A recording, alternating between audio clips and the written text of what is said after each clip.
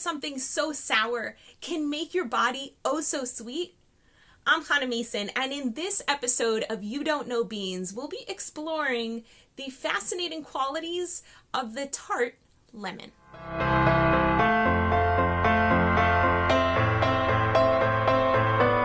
I happen to love lemons. I happen to order about 2 pounds of lemons to my house every single week, and it's not just because they smell so good, but also because they're so good for you. So lemons have this really fascinating quality in that when you bite into a lemon, like even just me saying the term bite into a lemon probably makes your mouth salivate. It probably makes your face go a little bit, oh, because it's so acidic. Now, the fascinating thing is that you bite into a lemon and it's really acidic in your mouth. It's definitely an acid. You mix it with baking soda, it's going to go. But once it gets processed by the body, it actually has an alkalizing effect on the body. So things that are alkaline are the opposite of things that are acidic. And your body actually has a pH for every single aspect of the body that needs to be regulated to a very narrow margin. Otherwise, God forbid, you can get sick or die. So this is like a really big deal. So your blood needs to be kept at a very specific pH that's slightly alkaline. Most of the organ systems in your body are also left at an alkaline pH. There's very few things in your body that are supposed to be acidic. The most obvious one being your stomach. If you've ever burped up food or, God forbid, vomited, you will know that the hydrochloric acid in your stomach is some really sour stuff. When it comes up, it burns. That's why it's called heartburn. It burns so bad because it's really, really strong acid. And your stomach has a really strong acid for 2 reasons.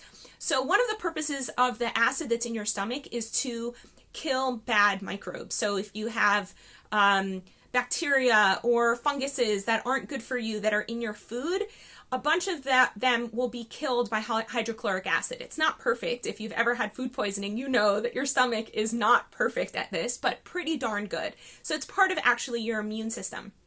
The other thing that the hydrochloric acid does is help to just break down food particles because it's such a strong acid. But the most important food particles that get broken down in the stomach are proteins. So when you eat protein, the proteins get broken down into their amino acids through the hydrochloric acid that's in the stomach. And actually what comes out of the stomach into the small intestine is this soupy, goopy stuff that's really acidic because of all of the hydrochloric acid. And if you have that much acid going through your intestines, it can literally bore holes through the walls of your intestines, and you definitely don't want that.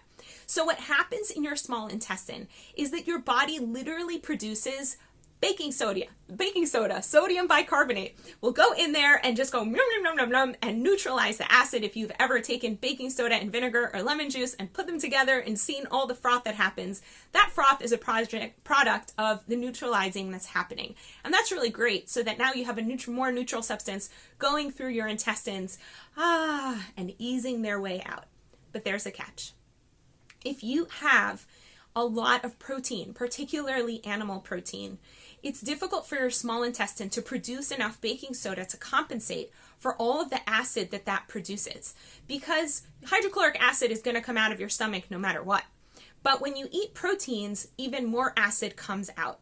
So if you eat an animal-based diet, you're getting a ton of protein, and there's just not enough baking soda to go around to compensate for all of the acid that protein produces. So what your body literally does is it takes calcium out of your bones, because calcium's also super alkaline, takes calcium out of your bones to help neutralize that acid, which is why populations that eat a tremendous amount of protein, including populations that have a lot of milk, have very high rates of osteoporosis. So the more milk people drink, the higher their osteoporosis. Why? Because yes, there is some calcium in milk, but there's also a ton of protein in milk. And that protein demands that the calcium be used to neutralize the protein plus what's coming from your bones. So not so great to have a really acidic diet. One of the things that you can do to make your diet more alkaline is to have lemon. So you can put lemon juice in your salads. You can put lemon juice in your water. Just make sure that if you have water with lemon juice, my brother-in-law, Dr. Jonathan Mason, kudos to you, says that he has all these patients that are drinking lemon water all day long. And lemon, as I mentioned, is still an acid when it goes into your mouth, which means that your teeth, which are totally alkaline minerals, start getting eaten up by the acid, and you definitely don't want that. So don't be sipping lemon juice all day long. What you can do is squeeze half a lemon into a glass of water, drink it, and then make sure to brush your teeth with, or to rinse your water with salt water that has a lot of minerals that will help to neutralize the acid, just to give your teeth a break. Okay, great. Glad we had that dental appointment. Okay, so lemons, as you can imagine, are chock full of vitamin C, which is why citrus fruits in general grow in the wintertime. It's something really, really amazing that the foods that we need most in the winter are the ones that grow in the winter. So winter fruits like lemons and all other citrus and winter vegetables like broccoli and greens and fennel are chock full of vitamin C. Also, winter squash like butternut also has a lot of vitamin C. And you need vitamin C in order to fight infection and to keep your immune system going. It's a very strong antioxidant, right? So an antioxidant is basically something that takes the oxidization that happens when you have acids and brings you back into a more alkaline position. So that was like a little bit of science, and I'm not the greatest expert in the world, but hopefully that will help you understand more about why you don't want to have too much protein, particularly animal protein, and why having alkalizing foods like lemons and also anything leafy green is incredibly alkalizing.